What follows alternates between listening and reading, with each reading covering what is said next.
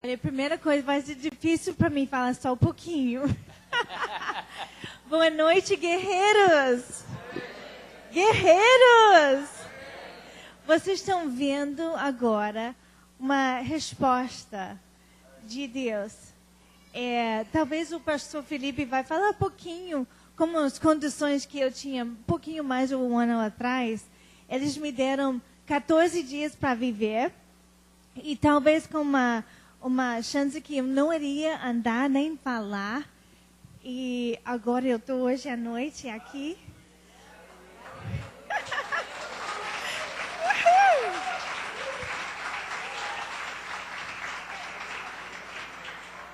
Mesmo que eu falo um pouquinho português, meio esquisito, eu sei. Mas eu estou falando inglês e português. E eles falam que talvez eu não iria andar, mas eu trouxe meus saltos altos hoje para pesar na cabeça do diabo. Amém? Ok. Desculpa, pastor. Eu falei que é difícil falar só um pouquinho. Boa noite, gente. Até mais. Amém, pessoal. Eu trouxe um videozinho, o vídeo é curto, apenas, eu acho que uns 2 minutinhos, que fala um pouquinho sobre a história do que aconteceu, se puderem preparar o vídeo, e também o vídeo tem som, então tem que liberar o som junto. Vamos ver aí. Uma americana que mora no Brasil há 12 anos foi agredida na orla da Barra da Tijuca, na zona oeste da cidade. Veio um cracudo com uma barra de ferro e acertou a cabeça dela. O estado de saúde dela é grave.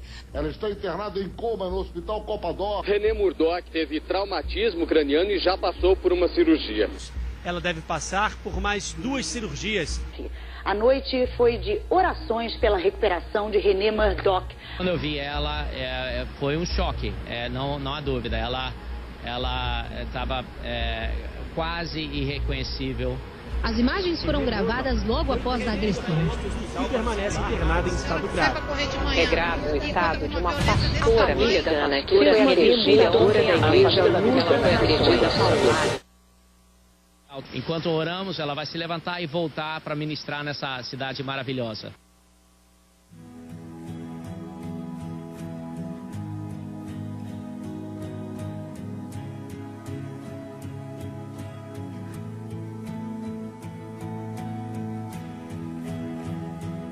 No Rio, a americana agredida por um morador de rua na Barra da Tijuca apresentou melhoras e já se recupera num quarto do hospital. A incrível recuperação da americana agredida por um mendigo no Rio. Mas eu tenho uma boa notícia, tá?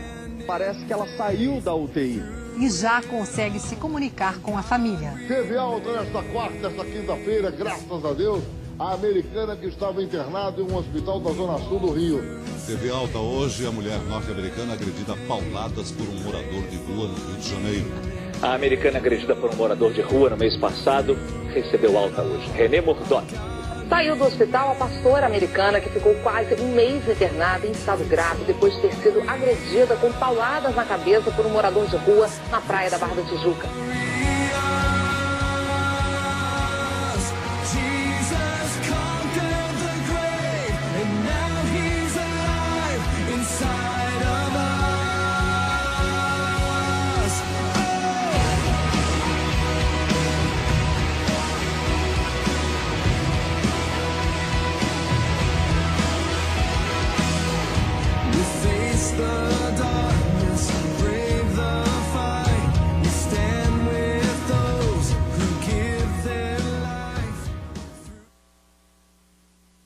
Amém.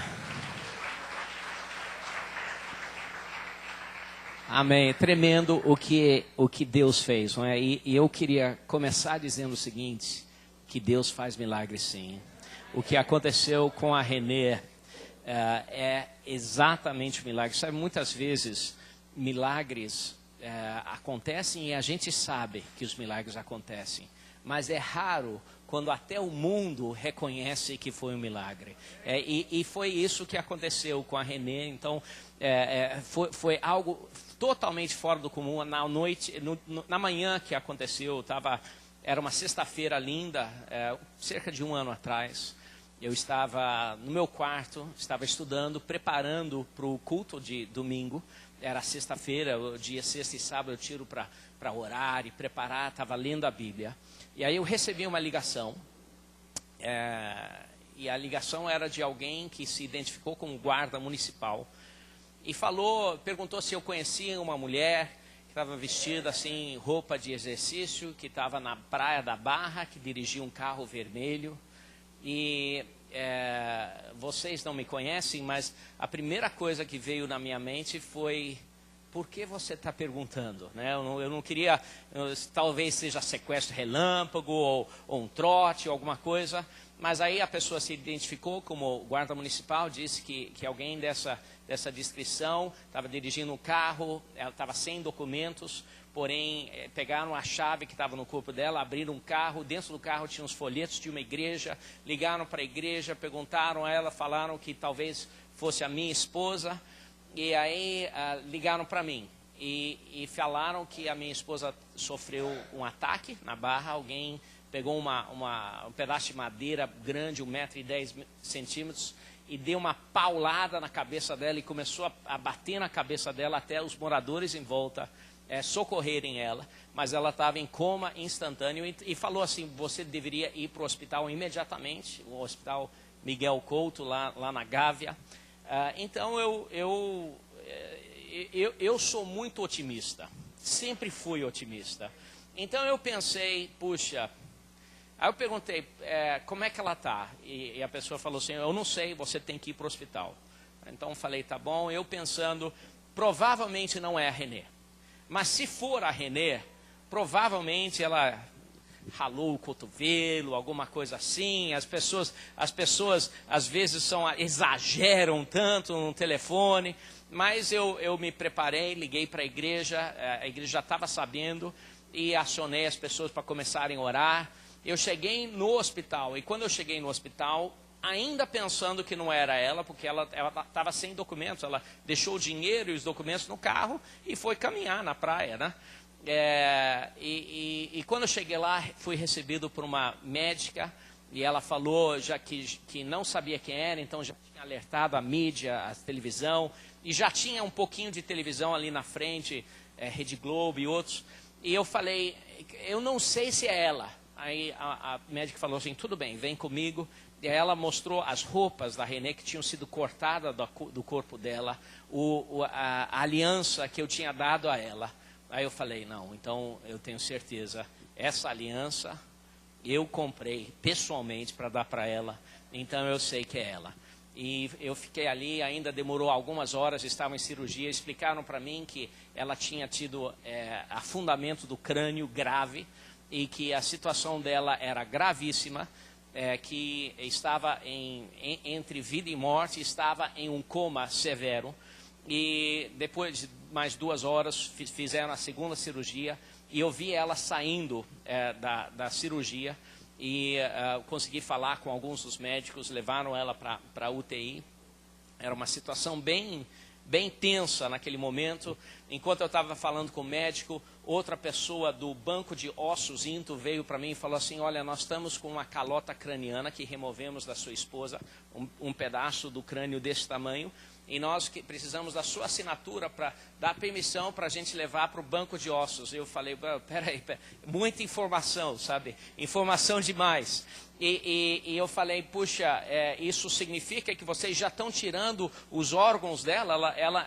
Que eu saiba, ela não está nem morta. Ela falou, não, isso aqui nós vamos guardar isso. Caso ela viva, talvez a gente coloque de volta. Eu falei, aonde é que assina? Assinei, e foi assim, muitas horas, uma coisa atrás da outra. Sabe quando vai uma situação assim, não é nada calmo, é uma coisa atrás da outra, bum, bum, bum, bum. Estava um dia maravilhoso, tudo estava indo bem. A igreja, a gente tinha 2 igrejas que estavam crescendo, indo muito bem. Tudo que eu estava fazendo estava indo bem, a nossa editora estava indo bem, nossos filhos estavam muito bem, a Renê estava exercitando, cuidando do corpo dela, estava tudo maravilhoso. E aí, bum, tudo mudou. Eu não sei se você já teve uma notícia ruim na sua vida. Deixa eu ler aqui um versículo para vocês. porque eu acho muito interessante, em Efésios capítulo 5 e versículo 14, Efésios 5, versículo 14 diz o seguinte, 14, 15, 16 e 17. Por isso é que foi dito, desperta, ó tu que dormes, levanta-te dentre os mortos, e Cristo resplandecerá sobre ti. E aí diz o seguinte, tenham cuidado com a maneira como vocês vivem, que não sejam como os insensatos, mas como os sábios, aproveitando ao máximo cada oportunidade, porque os dias são maus. Portanto, não sejam insensatos, mas procurem compreender qual é a vontade do Senhor. Sabe de uma coisa? De vez em quando, passamos por um dia mau. Alguém aqui já passou por um dia mau na sua vida? De vez em quando, a gente passa por um dia mau. E sabe o que eu acho? Eu acho que Deus quer saber como é que nós vamos atravessar esse dia mau. Deus quer nos ensinar algo em como atravessar. Não é que Deus criou o dia mau, não. O inimigo criou. Não foi o propósito de Deus que alguém pegasse uma madeira e batesse e afundasse o crânio da Renê. Não foi o propósito de Deus. Foi o inimigo. Porém, aconteceu. E agora, como é que a gente atravessa momentos difíceis? Como é que a gente atravessa? Eu e Renê, nós casamos em 94. Eu casei com uma mulher importada, tudo mais caro, tudo. Nós temos 4 filhos tremendos. E aí, bum, algo acontece, totalmente inesperado. Queridos, eu quero falar com vocês hoje sobre cinco coisas que eu aprendi de como superar obstáculos inesperados da sua vida. Como superar momentos difíceis e obstáculos inesperados da sua vida. Porque todos nós, eu oro e eu creio que ninguém aqui vai passar por algo que nem eu passei. Porém, momentos difíceis, eu creio que muitos de vocês vão passar. E alguns vão ser mais difíceis, outros menos difíceis. Mas todos nós vamos passar por momentos difíceis. Como é que você vai se comportar nesse momento difícil? Você vai se desesperar? O que é que você vai fazer nesse momento difícil? E a primeira coisa, o primeiro conselho que eu queria compartilhar é o seguinte: focalize nas perguntas que dá para responder. Sabe, 1000 coisas passam por sua cabeça. Por que Deus permitiu que o maluco batesse na cabeça da minha esposa? Estava pensando em escrever um livro, e eu ia chamar o livro de Minha Esposa Levou uma Paulada na Cabeça. Mas aí a Renê pediu para eu não escrever esse livro, e ela falou, eu quero escrever um livro, ela vai chamar Amazing Grace. Mas, graças a Deus, então a Renê ganhou o argumento, ela vai escrever o livro dela. Mas tem certas perguntas que a gente, que sabe, que nós nunca vamos ter a resposta. Sabia disso? Tem certas perguntas que nós não conseguimos entender. Tem certas perguntas, e eu já vi muitas vezes, eu sou pastor, muitas vezes eu ajudei pessoas a atravessar momentos difíceis. E a primeira tentação que nós temos em nosso coração é fazer uma pergunta que a gente e ninguém pode responder. Por que Deus permitiu? Sabe, e muitas pessoas perguntaram isso para mim. E eu achei a resposta. Eu não sei. Essa é a resposta. Eu não sei. Mas sabe o que eu aprendi? Que nós temos que encher a nossa mente das perguntas que nós podemos responder. E isso aconteceu com a Renê. Mas qual é a pergunta que eu posso responder? Eu sei que Deus me ama. Eu sei que Deus ama a Renê. Eu sei que Deus cura. Eu sei que Deus pode fazer abundantemente além do que eu posso pensar ou imaginar, de acordo com o poder que atua em mim. Eu sei que Ele ainda opera milagres. Eu sei que Ele opera através de oração. Eu sei, essas coisas eu posso ter. Então, querido, se você se confrontar diante de uma pergunta que é além da sua capacidade de entender, é como se você é além do seu nível de segurança máxima, né? Você não chegou a esse nível ainda. Então, focalize no que você sabe. Focalize nas coisas que você tem certeza. Sabe, muitas vezes eu voltava para casa chorando. E simplesmente num desespero, voltava para casa, meus filhos não estavam em casa, né? No iníciozinho, na primeira semana, 2 semanas, eu não podia ficar no hospital, ela estava na UTI, mesmo que eu fiquei até a madrugada, mas eu não podia dormir lá.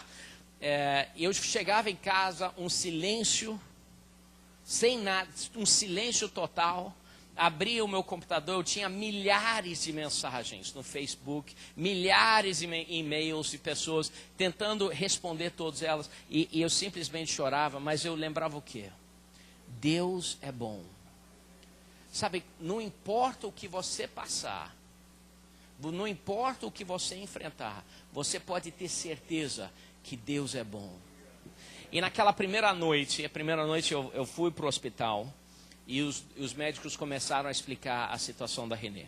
E eles falaram, olha, é o seguinte, ela levou uma paulada severa na cabeça, e várias pauladas, e quando você leva um traumatismo craniano, os graves, você faz um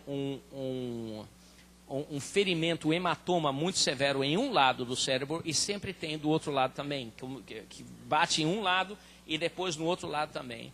E foi afetado nela as áreas de linguagem, as áreas, então provavelmente ela não vai falar, ou então não vai escutar, ou então vai escutar, mas não vai entender, ou então vai entender, mas não vai conseguir falar, provavelmente isso vai ficar embrulhado.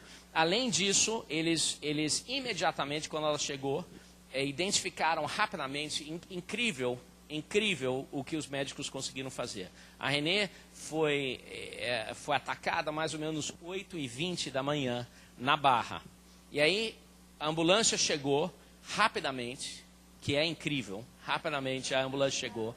Mas o que é ainda mais incrível é que a ambulância conseguiu chegar, pegar ela na Barra e levar através do túnel 2 Irmãos, através daquele trânsito todo, até o Hospital Miguel Couto, e chegar lá cerca de 9h20, ou seja, o tempo para a ambulância chegar, pegar ela, preparar ela e levar, mais ou menos 1 hora. É um milagre, é um milagre. Isso aí é primeiro mundo, isso aí foi muito bom na Suíça, na Europa, nos Estados Unidos, qualquer lugar desse seria fantástico, e conseguiram. E quando chegou lá, ligaram antes, e tinha uma outra pessoa na tomografia, e estava funcionando aquele dia, que é um bom sinal também. Colocaram ela imediatamente quando ela chegou, e a equipe de neurocirurgiões que estavam lá e tinham acabado de terminar uma cirurgia em outra pessoa, lavaram as mãos e começaram, e viram ela, sabe o que fizeram? Imediatamente pegaram a faca e cortaram assim na cabeça, 2 lados, abriram a cabeça dela como uma tangerina, e aí pegaram uma serra e serraram completamente fora todo a lateral desse osso aqui, todo para fora. E no outro lado tiraram um pedaço que estava esmagado e que tinha pedaços de osso dentro do cérebro, limparam e tiraram tudo isso. E a Renê ficou sem parte do crânio durante muito tempo, durante 1 mês, ficou sem, porque falaram que o crânio, se não fizer isso, todo o hematoma ele começa a expandir. E se expandir debaixo do crânio, ele não tem onde expandir, então ele começa a sair pelo único lugar que pode, que é o tronco, onde entra o tronco e começa a ir para baixo. Aquela região é a região mais básica do cérebro. É o que comanda a respiração, é o que comanda as batidas cardíacas. Então, se começar a descer ela vai morrer. E, imediatamente ela começou a ser afetada, ela não pôde respirar, entubaram ela, mas milagrosamente ela sobreviveu o primeiro dia. Quantos de vocês ouviram falar de Schumacher? Muito parecido o que aconteceu com ele, só que ele chegou no hospital numa situação menos severa do que a Renée. A Renée chegou no hospital com nível de coma, chamado Glasgow, nível Glasgow de coma de 5. Uma pessoa normal está em 15, uma pedra, ou esse microfone é no nível 1. Mas uma pessoa, nível 5 é praticamente que não recupera. Uma das pupilas dela não estava dilatando com luz, a outra sim. Ela tinha 2 hematomas severos. E aí o médico, no primeiro dia, ele falou assim, olha, eu perguntei, qual é o prognóstico? O que eu posso esperar? A gente pode ir para casa na quarta? O que você acha? E o médico olhou para mim e ele falou assim, você não entendeu. Todos nós, aqui, somos 10, estamos trabalhando o tempo todo para que ela ainda esteja viva amanhã de manhã.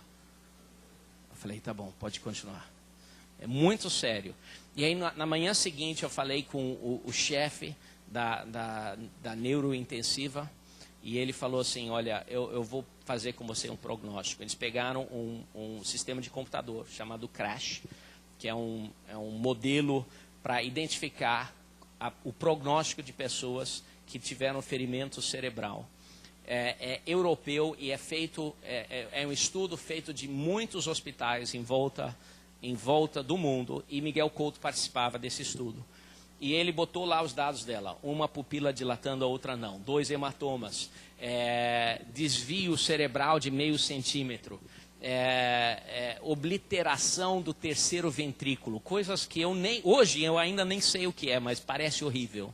E aí ele falou assim, foi lá, o computador analisou e falou assim, olha, ela tem 60% de chance de morrer dentro de 14 dias. E 91% de chance de sequelas graves.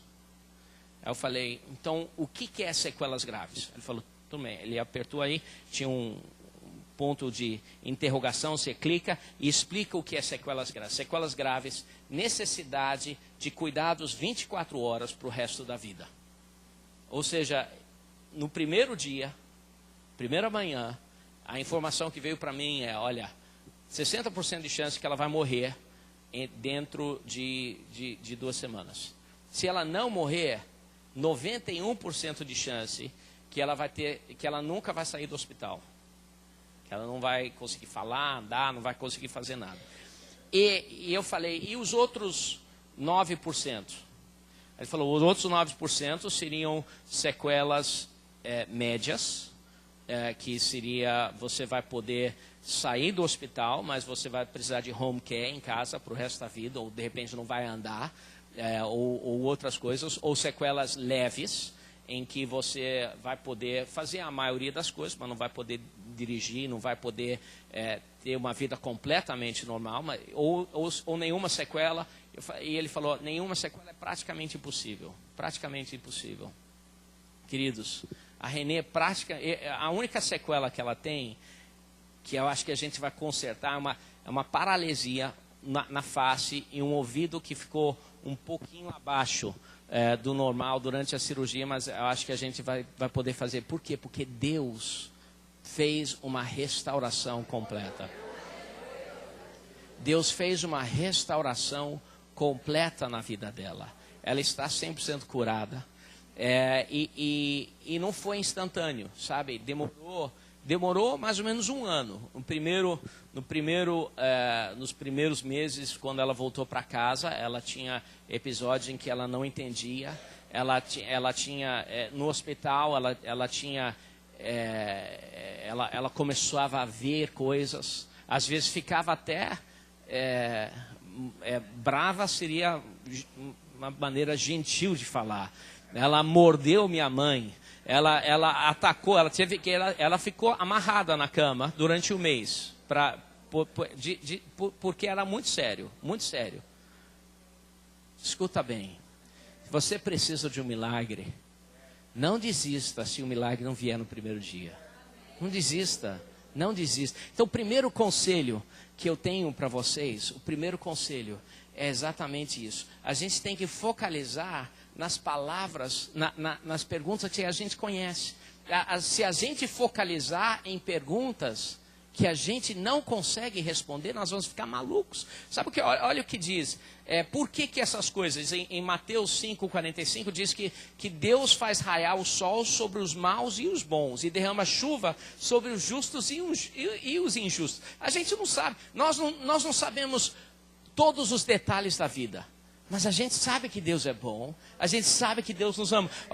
Romanos diz, não só isso, mas também, Romanos 5, não só isso, mas também nós gloriamos nas tribulações, porque sabemos que a tribulação produz perseverança, o caráter aprovado, esperança. E Tiago diz, meus irmãos, considero motivo de grande alegria o fato de passarem por diversas provações, porque você sabe que a prova da sua fé produz perseverança. A perseverança deve ter ação completa, a fim de que vocês sejam maduros, íntegros, sem lhes faltar coisa alguma. Querido, escuta bem.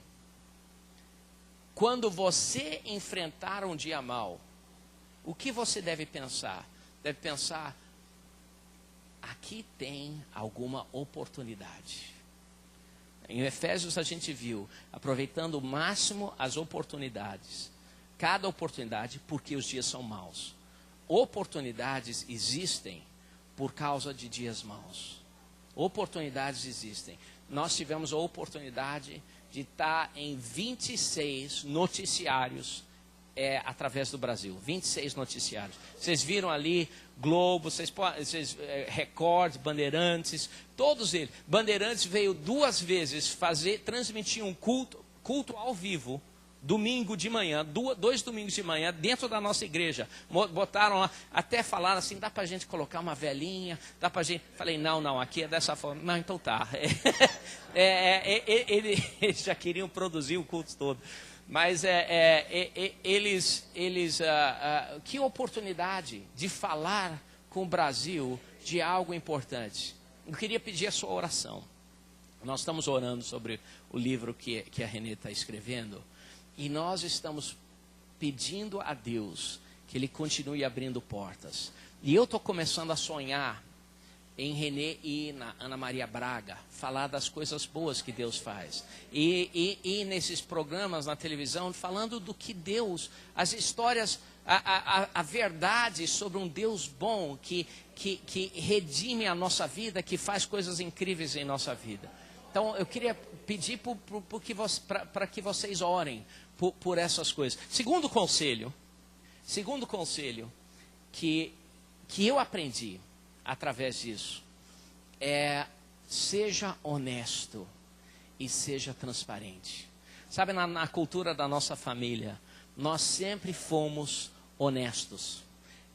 Entre nós, sempre fomos honestos. Eu ouvia outras pessoas falarem, puxa, eu não sei se eu vou falar isso com minha esposa porque ela não consegue suportar. Não sei se eu vou falar com meus filhos porque eu acho que eles não conseguem suportar. Queridos, sabe de uma coisa? Parte de crescer é ouvir a verdade. Parte da gente crescer é ouvir a verdade. E eu decidi, antes de tudo isso acontecer, eu decidi que eu ia ser honesto com minha esposa, não importa o que acontecer. Eu ia ser honesto com os meus filhos, não importa o que acontecesse. Eu ia ser honesto. Honesto, o que é honestidade? Honestidade não é falar de coisas miseráveis. Honestidade é falar a verdade aos olhos de Deus. Sempre falar o que a Bíblia diz. Não é falar a verdade aos olhos de Deus. Sim, isso aconteceu, mas nós temos um Deus. Então, naquela manhã, meus filhos estavam na escola. Meu pai me ligou e falou assim, o que eu falo para os seus filhos? Eu falei assim, me dá o telefone, que eu vou falar com eles. Peguei o telefone e falei com cada um deles. Olha, a sua mãe estava andando na praia, um homem com distúrbio mental, pegou um pedaço de madeira e bateu com toda a força dele na cabeça dela. E ela está em coma agora. A situação é muito crítica e é muito severa, mas nós sabemos que Deus é bom e que Deus opera milagres e que Ele nos ama e que Ele vai fazer um milagre poderoso. Então, o que é que nós deveríamos estar fazendo? Nós deveríamos estar confiantes na salvação de Deus completa na vida da Renê, uma salvação completa na vida dela. Nós temos que estar confiantes nisso. Queridos, olha, honestidade e transparência é o alicerce para qualquer relacionamento. Para qualquer relacionamento é construído em cima de honestidade. Na sua família, se você tem uma cultura de não ser honesto, quando você tiver um problema grave, você vai ter que ser ainda menos honesto. E sabe o que isso acontece? Isso vai corroendo os relacionamentos que vocês têm. Olha, a coisa, eu acho que isso é a coisa mais importante. Sabe o que diz a Bíblia sobre fé? Vocês conhecem o versículo, mas Hebreus 11, versículo 1 diz o seguinte: ora, a fé é a certeza daquilo que esperamos e a prova das coisas que não vemos. Sabe, muitas pessoas, quando isso aconteceu, falaram para mim: não fala isso. Falei: a Renê, ela está em coma. Não fala isso. Eu pensei: mas ela está em coma. Não confessa isso. Querido, não é questão de confessar ou não confessar. Ela está em coma. Ela está em coma. Sabe, o primeiro lugar para ser honesto é ser honesto com você mesmo. Sabe, muitas pessoas não entendem fé, porque eles pensam que fé é ver menos. Eles pensam que fé é não olhar para as coisas naturais. Isso não é o que diz. Fé não é isso. Fé diz que você pode olhar e ver as coisas naturais, mas você pode ver além das coisas naturais. Fé não é apenas você ignorar o que é óbvio. Fé não é dizer eu não consigo ver isso. Fé diz eu consigo ver de cabeça erguida e olhar diretamente nos olhos de qualquer coisa que vier. Mas eu consigo ver além. Eu consigo ver que depois disso vai ter uma tremenda salvação. E eu não sei se a Renê vai morrer e ser ressuscitada. Ou eu não sei se ela vai ser curada. Eu não sei o que vai acontecer. Mas eu sei de uma coisa: que Deus cuida de mim. E que Ele está aqui agora e que tem coisas boas acontecendo. E aí, naquele dia, um versículo em Atos entrou no meu coração. Na realidade, meu pastor dos Estados Unidos ligou para mim. E ele me passou o versículo que fala sobre Paulo. Que ele estava em Listra, eu acho. E ele foi apedrejado. E quando ele foi apedrejado, ele foi carregado para fora da cidade e deixado como morto. Todo mundo pensava que ele estava morto. Mas aí diz, mas quando os discípulos vieram em volta dele, ele se levantou e começou a andar para dentro, voltou para dentro da cidade. E aí isso entrou no meu coração, eu falei: isso é o que vai acontecer com a Renê. E eu comecei a usar, eu não era médico, eu não era cirurgião, eu não era neurologista, mas o que eu podia fazer? Manter a informação transparente e honesta para encorajar pessoas a orar. E sabe, eu acho que centenas de milhares de pessoas ou mais oraram pela Renê. Pessoas evangélicas oraram pela Renê. Meu pastor, ele estava em Nepal, numa conferência de pastores em Nepal. Os pastores do Nepal começaram a orar pela Renê. Pastores através da China começaram a orar pela Renê. Pastores através da Índia, Paquistão, Bangladesh começaram a orar pela Renê. Pastores em volta dos Estados Unidos, em volta do Brasil, começaram a orar por Renê. Eu comecei a colocar vídeos diários no YouTube. Alguém viu algum dos meus vídeos? Ninguém viu, mas o meu vídeo foi colocado link direto do G1. E aí em meia hora eu tinha 40 mil visualizações nesse vídeo em que eu estava orando pela Renê e explicando o que orar. E pessoas começaram a orar em volta do Brasil. Queridos, quando você é honesto e transparente, isso abre tremendas portas. Quando você se esconde e se isola e você não é honesto, você perde oportunidades incríveis de pessoas orarem. E eu lembro que pessoas até falaram comigo, puxa, eu acho que você está expondo a sua esposa demais. Eu falei, muito obrigado, mas eu acho que não. Eu acho que eu estou falando a verdade com os meus irmãos em volta do mundo e nós estamos orando. E hoje, um ano depois, eu estou tão agradecido que eu fui honesto, que eu fui transparente. Meus filhos estavam na televisão, meus filhos estavam dando entrevista na televisão, todos com a mesma fé. Não porque eu falei para eles o que falar, mas é porque era uma cultura de honestidade, da gente lidar com os problemas diários da vida de uma maneira honesta. Eles já estavam acostumados a simplesmente serem verdadeiros. Simplesmente serem verdadeiros. Então, segundo conselho é honestidade e transparência. Terceiro conselho transfira seu foco. Quando você enfrentar um dia mau, coloque seu foco nas coisas mais importantes. Coloque seu foco no que é importante. Sabe, eu acho que existe uma mentira que parece uma verdade.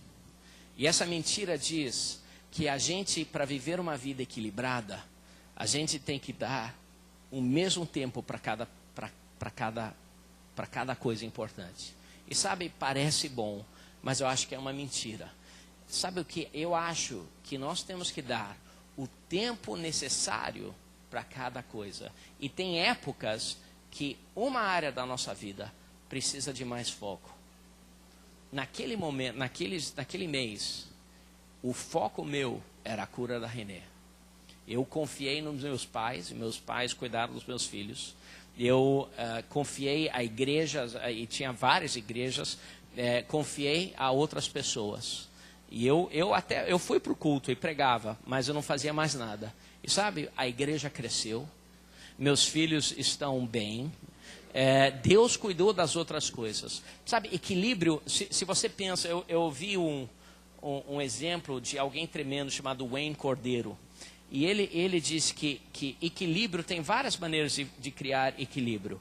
Uma maneira é você colocar o dedo no meio de uma caneta e você simplesmente colocar tudo por igual. Se eu comprar um presente para um filho, vou comprar um presente igual para o outro, um presente igual para o outro, e eu tenho 4 filhos, e aí é complicado, né? Porque 2 são meninos, eles não gostam de saia. Então, sabe, se você pensar que você tem que dar tudo igual para todo mundo, você vai ficar maluco, e você não vai conseguir, e a vida em casa vai ser uma competição. O dele é melhor, aquilo é melhor. Mas a outra maneira de gerar equilíbrio,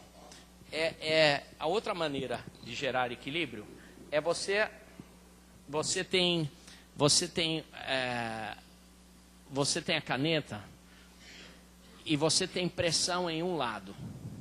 E quando você tem pressão em um lado, se você mover seu foco para aquele lado, também está equilibrado. Então, a realidade é que a nossa vida, nós temos que mover o nosso foco para o lugar onde precisa do nosso foco. A gente tem que trazer o nosso foco para o lugar. Se você tem uma caneta equilibrada e tem pressão desse lado e você não mover seu foco, a caneta vai cair. Mas se você mover seu foco para lá, você ainda pode manter equilibrado. Não sei se você entendeu, mas o que eu queria que vocês levassem para casa. Coloque seu foco na área de necessidade. Se você tem um filho que está passando por um problema, focalize nele. Se você tem uma situação que está precisando de um olhar seu, coloque o seu foco naquela situação. Sabe, eu acho que Deus quer que a gente seja assim. Não ignore problemas. Enfrente eles diretamente. Olhe diretamente nos olhos de qualquer problema e saiba que Deus está contigo. Saiba que Deus está com você. Amém? O quarto conselho, e só são 5, mas o quarto conselho é: você está num problema, encontre algo que você pode fazer.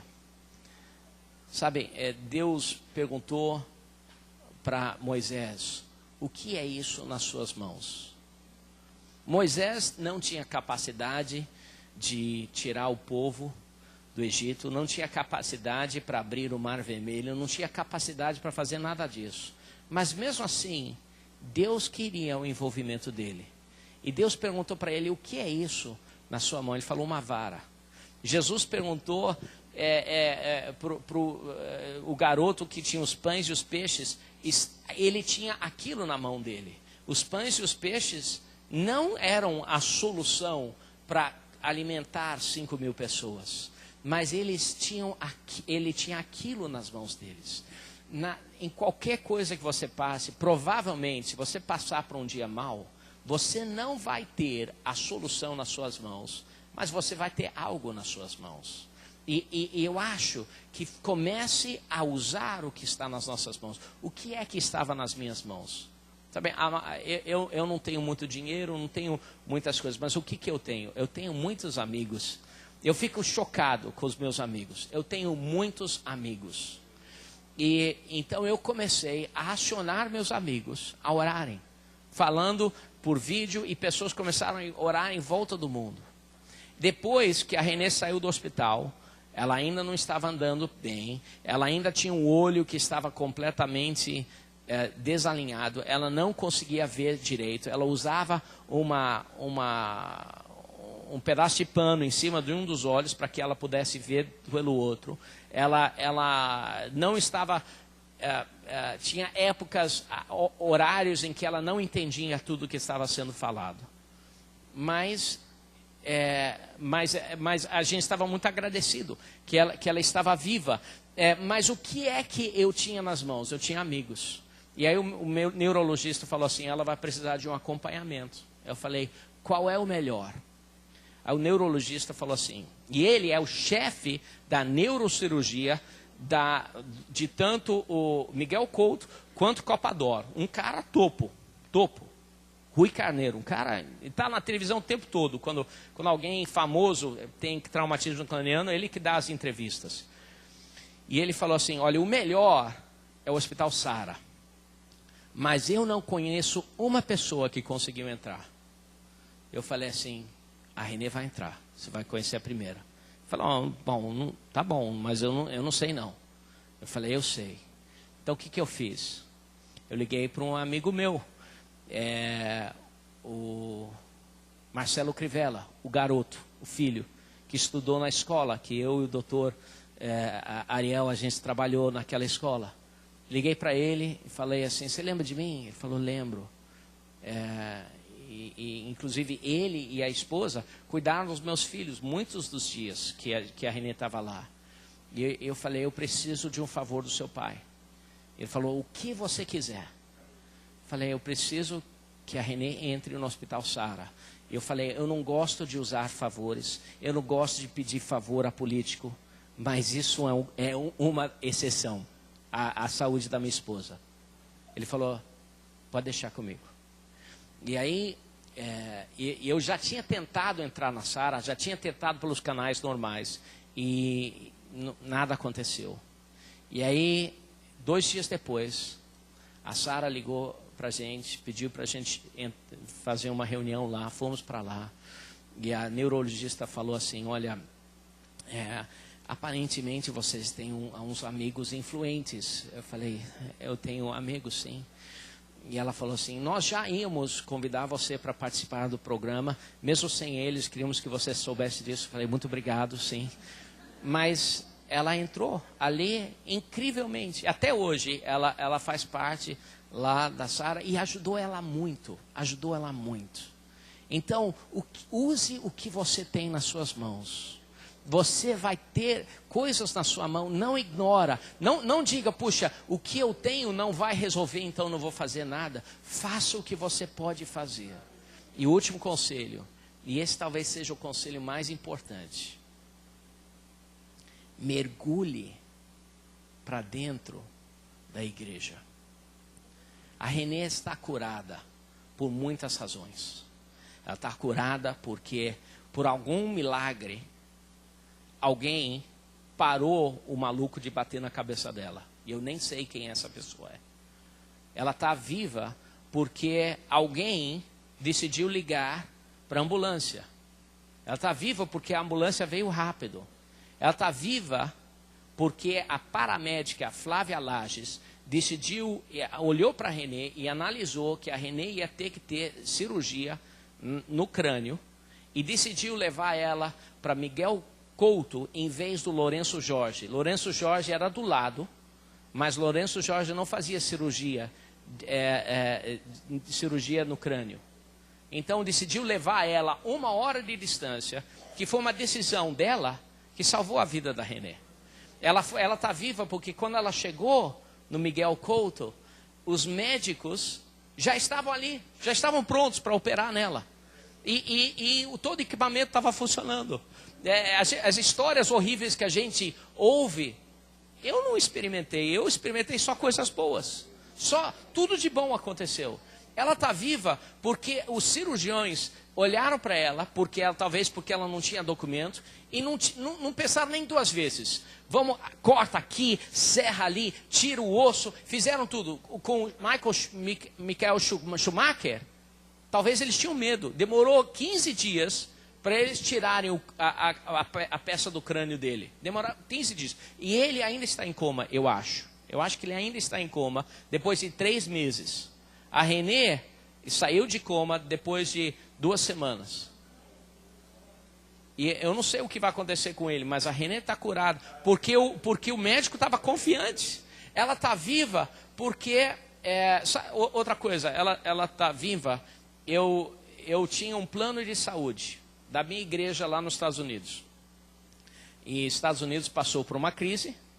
E aí a minha igreja falou assim, vamos cancelar seu plano. Eu falei, ok, pastor, tudo bem.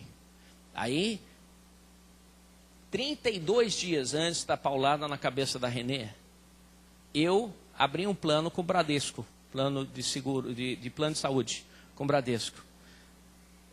Aí ela foi para um hospital fantástico, toda a parte pós-cirúrgica fez no Copador. Graças a Deus.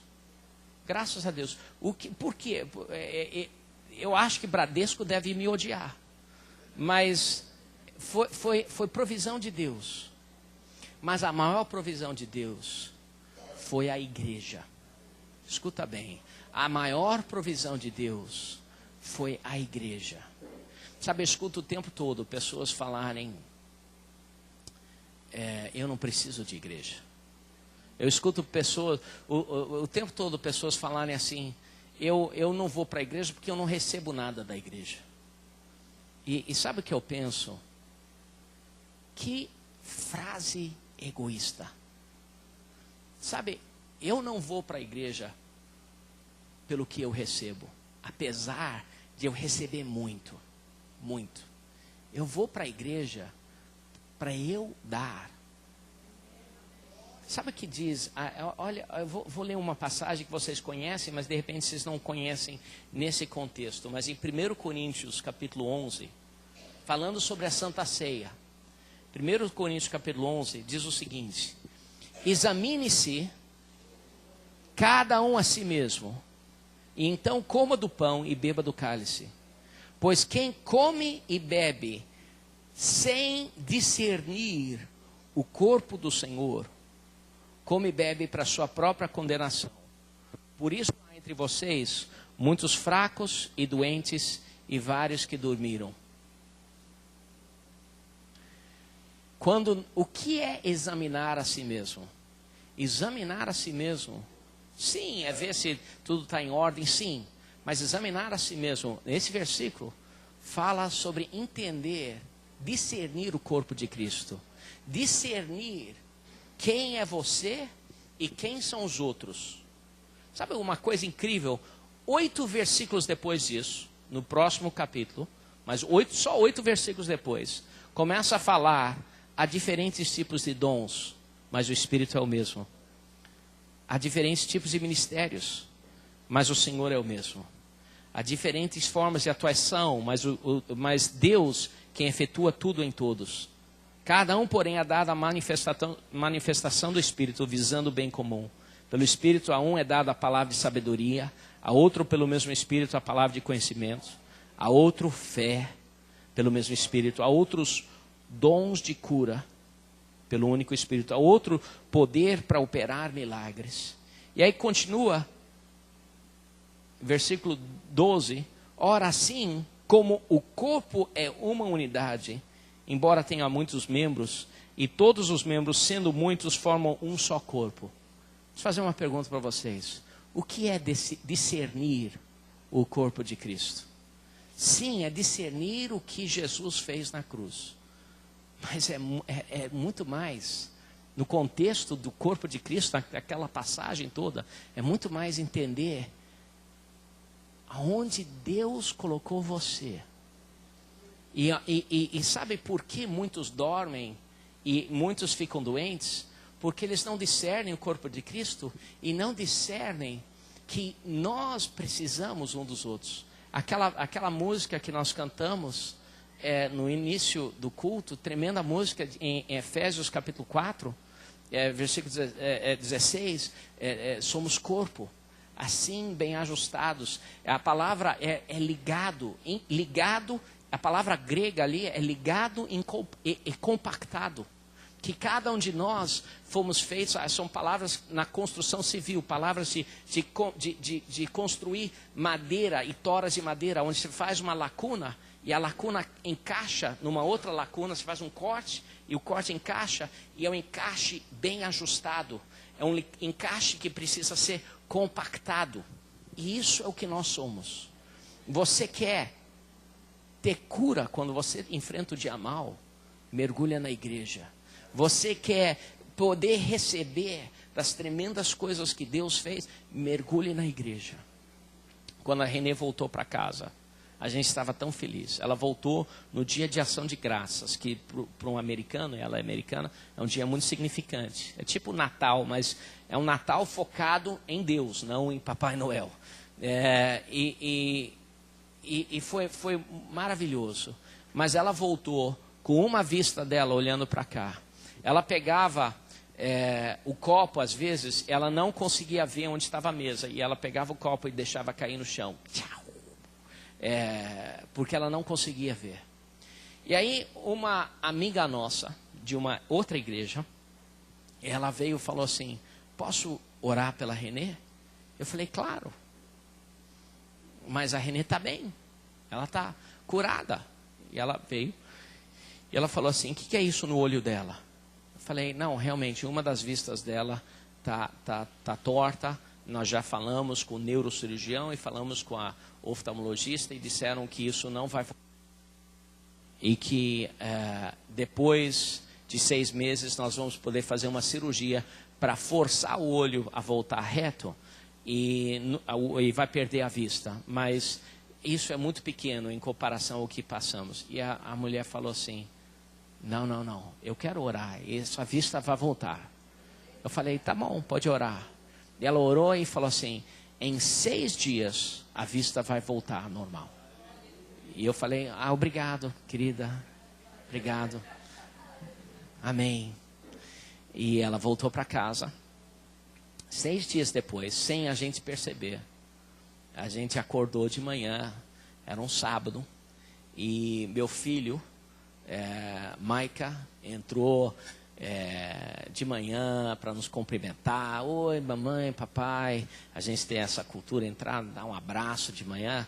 E aí ele olhou para Renê e ele falou assim, Renê, seus olhos estão certos. A Renê olhou e falou assim, e eu consigo ver, não estou vendo dobrado. E a gente olhou, tremendo. Aí eu olhei, a vista dela desviou. E eu falei, não, olha para cá, olha o meu dedo aqui. Ela olhou e ficou, desde aquele momento até agora, está perfeito.